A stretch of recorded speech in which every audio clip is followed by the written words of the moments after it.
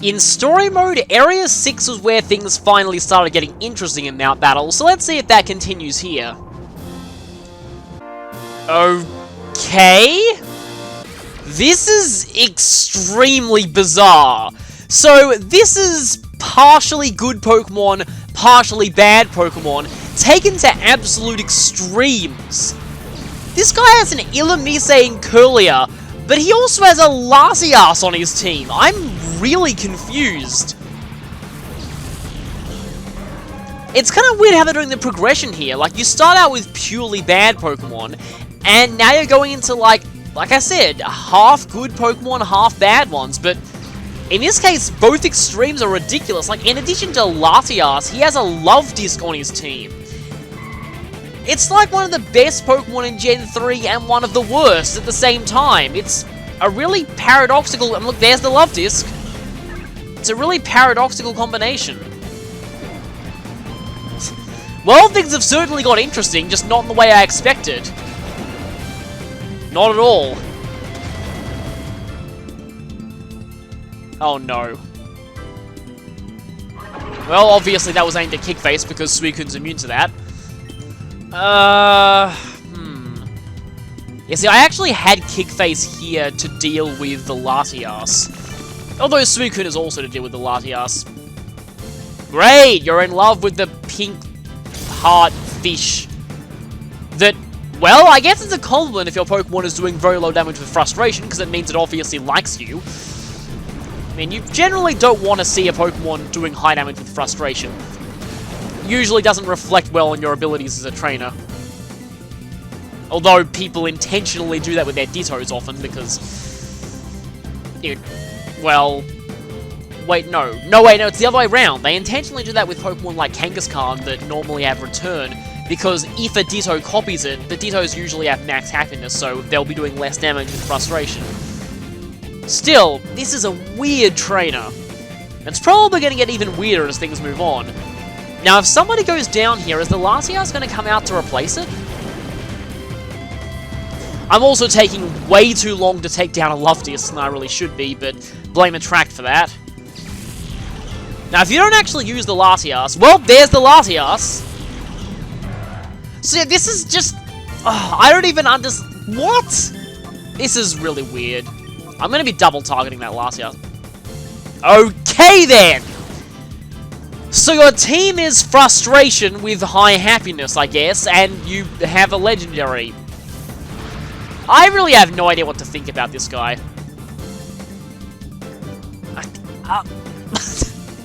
I am really confused. You are one of the weirdest trainers I've ever seen, just in anything. And Latias is gone. Now let's hopefully finish off the Love Disc. Okay, finally the attraction wore off. Actually, wait, Kickface fell for the sexy Walrein, didn't he? So, guess Kickface just has weird tastes in general. Although they've all been, well... I'm sure there was something non-water type that he's fallen for at least once. If that was only Battle 1, I'm morbidly curious about the rest of the battles here. Let's see what the second one is going to be. Okay, so this trainer is probably not going to be as interesting as the last one. Their entire team is fire, and they have 2 Pokemon that are 4 times weak to water. So this team is, by my estimates, going to fall very, very quickly to Suicune, and also Soul because, well, Psychic is going to take out Blaziken. But yeah, this trainer does not have a particularly good team. I mean, they're all fully evolved at least, but as you're about to see, they're probably going to fall very fast because, like I said... You know, it'd be great if you send out your camera up to replace Blaziken. They don't have 2 4 times water weaknesses on the field. It's kind of funny that we're seeing Blaziken right after we're seeing Latias, because early artwork for Gen 3 seemed to depict a Pokemon that's a cross between Blaziken and Latias, implying that the design got split into 2 Pokemon. It's kind of interesting. Look it up if you're curious. Okay, there's Typhlosion. As I said before, with Quilava, Typhlosion is just not as cool looking without the neck fire, I guess you'd call it. obviously can't Psychic the Houndoom, so I'm just going to have to rely on... Yeah, I thought somebody would outspeed. Typhlosion has like 100 base speed, and Houndoom has... Okay, at least that's kind of nice, but you're not going to get a chance to actually use it. So that was a breather fight, essentially. Goodbye, lots and lots of fire types. Yes, that animation is very similar to Pucciana's fainting one. Maybe they did just port it over between the two.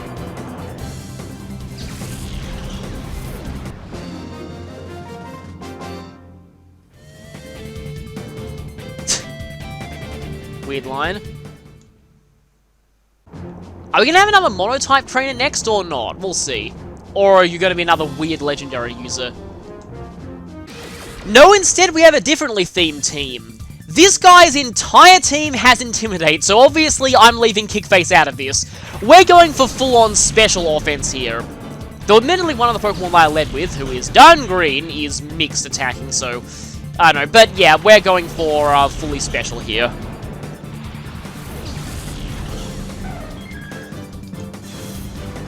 Get ready to see a lot of this.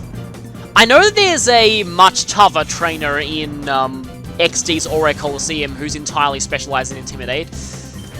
But for now, yeah, let's just smash that and smash that.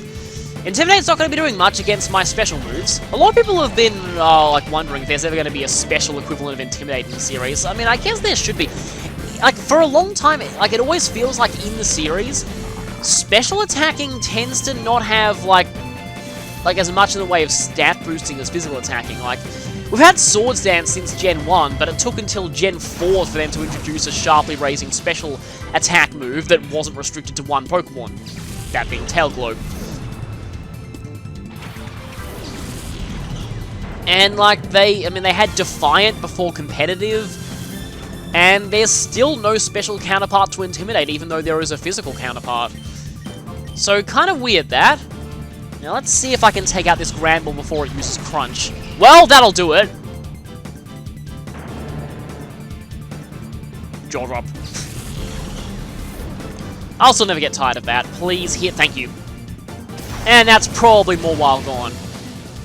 Barring, you know, something like a Focus Band. But yeah, it's gone. Mega Mawile, you are not. Wow, that was a really fast battle.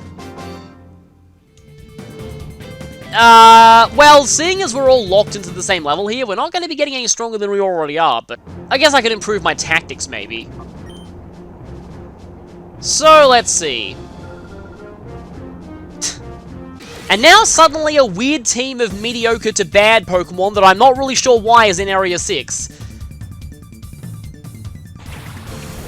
Yeah, Pikachu and Muck. Weird league combination. I'm really not sure what, if anything, is the gimmick to your team, because everyone so far has had gimmicks, and I can't see an obvious one in this team, but I guess we'll find out if any of them get a chance to attack, which they might not. Now, Muck does have good special defense, so maybe... and that Pikachu could have a Light Ball, and it does hit fairly hard with Light Ball, so... Or should I just... I mean, you know what? I actually think I'm going to go for... And Pikachu's defenses are so bad, I think I don't even need a Hydro Kick. Basically, I feel like the Muck is less of a threat than that Pikachu, as weird as it sounds. And it faded in one shot anyway, so it didn't really need to worry about a double target. Okay, Murkrow. That's why I have Kickface here, even though he's not actually super effective against it. I was worried it'd miss for a second there. There was a bit of a pause between... Yeah, Pikachu's defense is so bad that I don't even need a stab move to knock it out. And Machoke.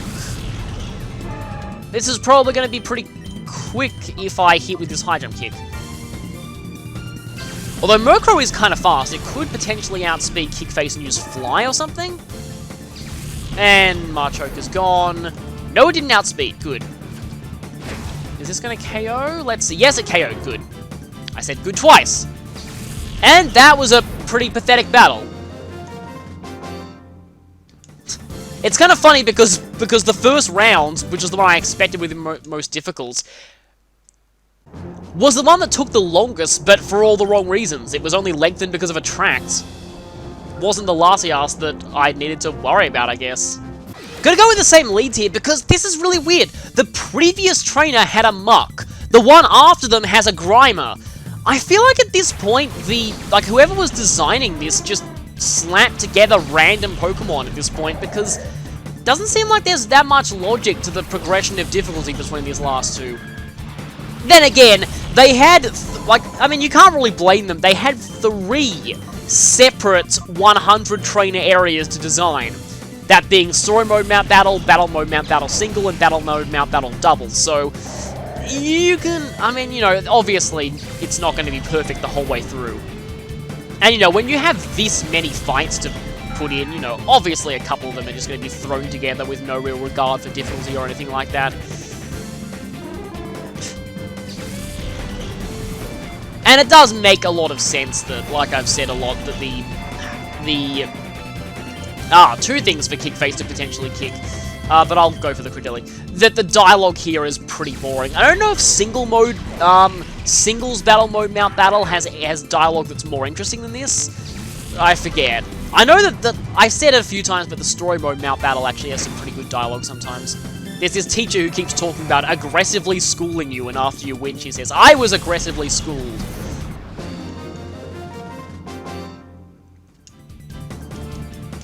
But yeah, the dialogue here is just really generic and boring. At least I'm finding the battles somewhat interesting. Somewhat. There's usually stuff for me to comment on in each fight. See, seriously, I mean, surely you could have come up with something better than that, writing-wise. As punishment for your terrible generic dialogue, I will destroy you. Also, Basto is not exactly a good name. It sounds a little too much like something that probably shouldn't be said in a Pokemon game. But yeah, let's... Another Love Disc, too. Went with Jumpluff here, even though Jumpluff's probably not going to be that strong. I'm just going to double target the non-Love Disc, although that thing could be trying to use Attract. Yeah, let's see if I can finish off this Azumarill. For some reason, its body reminded me of Easter eggs. That's a weird thing to say, seeing as I've seen a lot of Azumarils so far, but just kind of got reminded of that. It's like, being allergic to chocolate, I'm not sure if a lot of people know that about me, but yeah. I don't really have Easter eggs, or I mean, it did something similar to Attract at least. 50-50 chance of not attacking, effectively the same thing at the moment. But yeah, I didn't really have any of the chocolate Easter eggs, but I used to love these things called Kinder Surprises, which...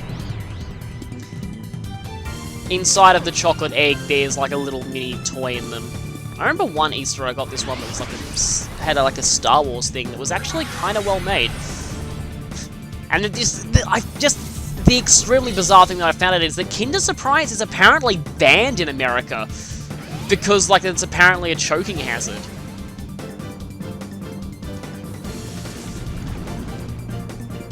Okay, Mudsport is at least somewhat,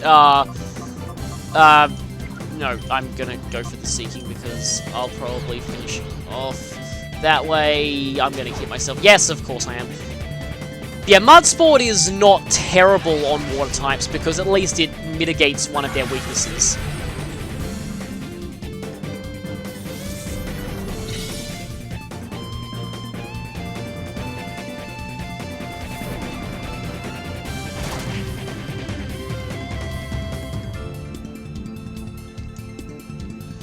No, I think this is the first time we're seeing an opponent actually use Surf.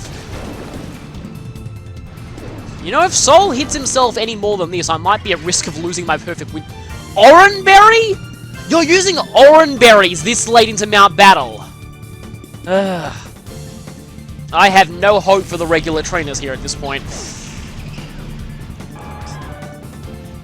The only time Oranberries are good in any kind of competitive setting is Little Cub, where they're actually pretty decent. I forget if, like, I seem to remember Berry Juice being banned at one point because it's a flat 20 HP restore, which is actually quite a lot at level 5. But they unbanned it, I think, kind of recently, I think. Not recently, I think it's been unbanned for a while, but I know that it was probably banned at one point. Yeah. Little Cup is something that I've never really done much of myself, only because it used to be almost impossible to make good movesets at level 5, because you need to be, like, a lot of very, very careful breeding. Now that the move tutor works the way it does, like the fact that you can tutor just about anything at any level, it's a lot easier to make good movesets at level 5, but before, you'd have to do these really arcane breeding combinations. Well, not exactly, just it would take a while. By that I mean, you often need to pass down level up moves via breeding, and those only get passed down if both parents know the move.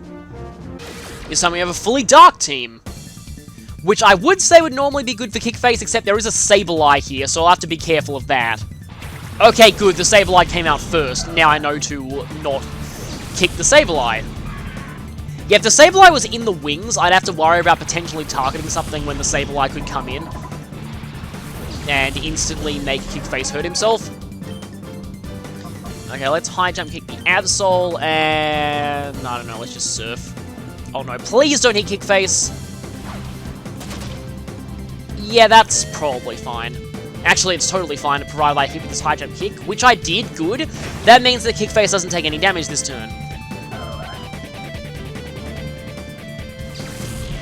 Absol's tail looked oddly shiny there. Never really noticed that before. Ah, yeah, that was what I was hoping would come in while I was using Surf, but unfortunately got fake outed. That's fine. Now that I think about it, I'm probably forced to do that. Let's just go for Surf anyway. Uh-oh. Well, I guess it's a good thing I went for Surf. Depending on how things go, I might lose my perfect win streak here. We'll see. If there's a double target into Kickface, like I said, I could lose my perfect... Or you could do that. Well, I'm not aiming high jump kick at you again. Oh, you probably have Bright Powder now, I think. Oh, Nightshade. That's actually kind of dangerous at this level. Flat 61 damage. I need to be careful. I'm going to go for that, and I'm going to go for Surf again. Because, like I said, definitely not aiming high jump kick at something that's raised its evasion. I mean, it probably doesn't have a Bright Powder. The AI often just slaps Bright Powder on anything with no regard to whether or not it actually has any evasion-raising moves. I had a feeling Shift-Free would be coming out eventually, so... yeah, this Surf is going to be weakened a little bit. But at least Houndoom is gone, and I can just kick the Shift-Free in the face. In fact, I think this is the last area that we'll be playing this theme, so... guess get used to it while you still can. Please don't miss again, thank you. That is definitely Shift-Free gone. There is almost nothing that can survive a super effective high jump kick from Medicham, except like something like Steelix or maybe Regirock.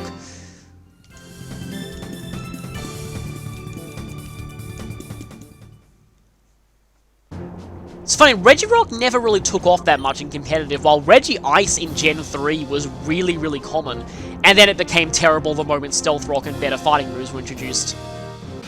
Kickface can hit everything on this guy's team for super effective damage, so hopefully this will go pretty smoothly. He does have a Shedinja though, so I'll need to watch out for that.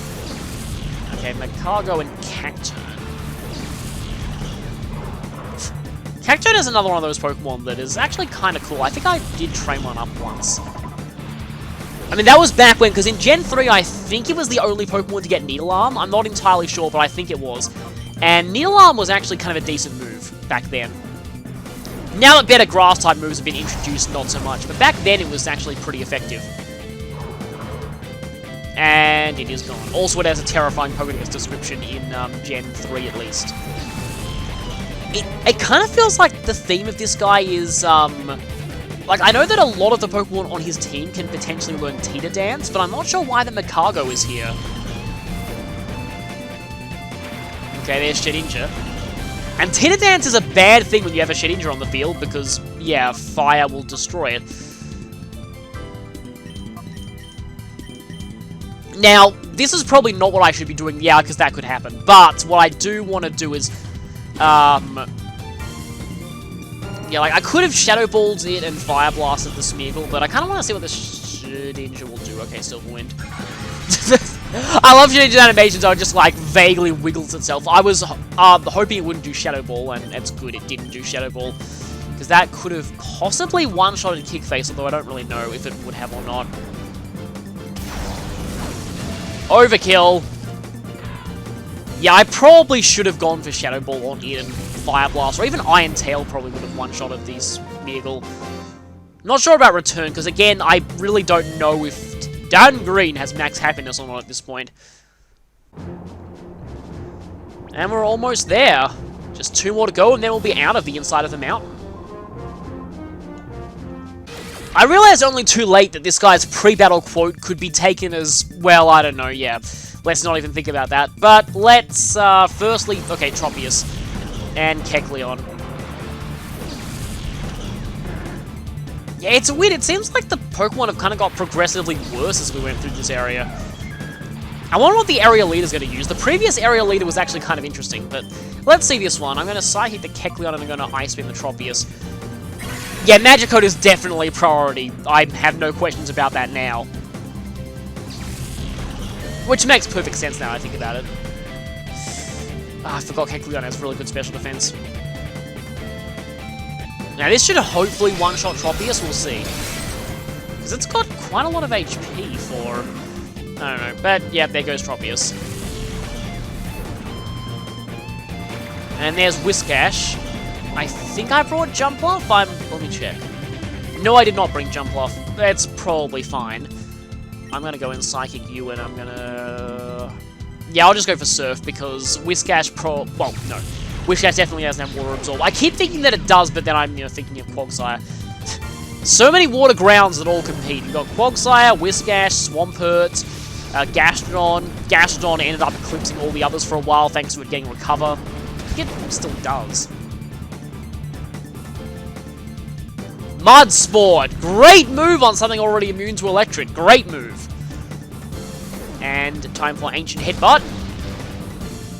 Just barely did anything. Please don't get the everything good.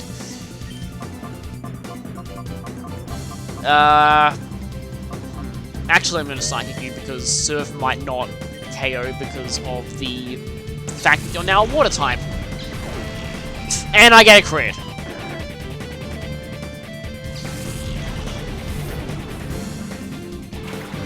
Okay, I'll need to take you out with Suicune because obviously Soul can't do anything to you.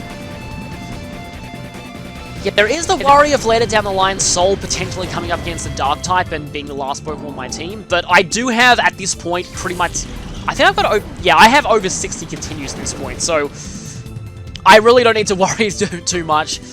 That's the thing with Mount Battle, you two tend to stockpile continues a lot. Yeah, I'm just going to go for Helping Hand and Surf. Not quite Red Horse, but almost Red Horse. Just the horse part. H-A-S. Don't go for Suicune, please. Good. It's always nice when they go for a Fake Out on a Pokemon that's already done something that turn, thus completely wasting the Fake Out. Yeah, thought that would KO. Now, is your defeat quote going to be just as disturbing as your intro quote? Possibly. But only if you really take things out of context. Now let's find out what the area leader has. Oh, it's yet another yellow palette swap chaser. I feel like they've already used that chaser palette swap earlier. I'm a little confused by this team. It actually seems worse than some of the others. In fact, it's probably worse than the Area 5 leader's team. I mean, it doesn't look that bad now, but she has some other weird Pokemon, like I think Gloom and Wailord.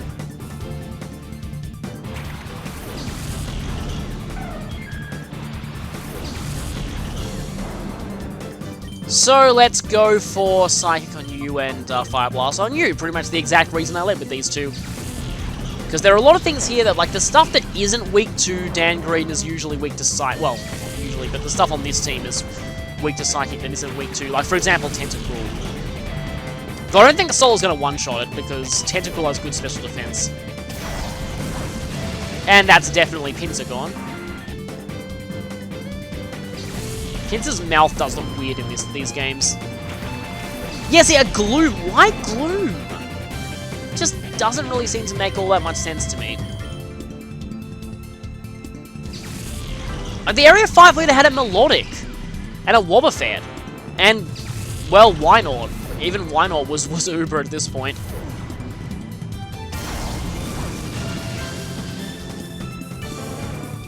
Yeah, that was probably one of the most pathetic area leaders yet. Seriously, what was that? Here I was thinking this area would be slightly longer than some of the earlier ones, but no, that happened. So that's 60 battles down, all of them perfect wins. Kinda surprised my streak has lasted this long. If I'm remembering correctly though, there is a pretty big difficulty spike starting with Area 7, though I could be wrong about that. I guess we'll find out. Let's see how many Pokecoupons we get. It's like they're doubling every area. I guess I'll choose Advance in the next area, but I think I will actually be suspending now.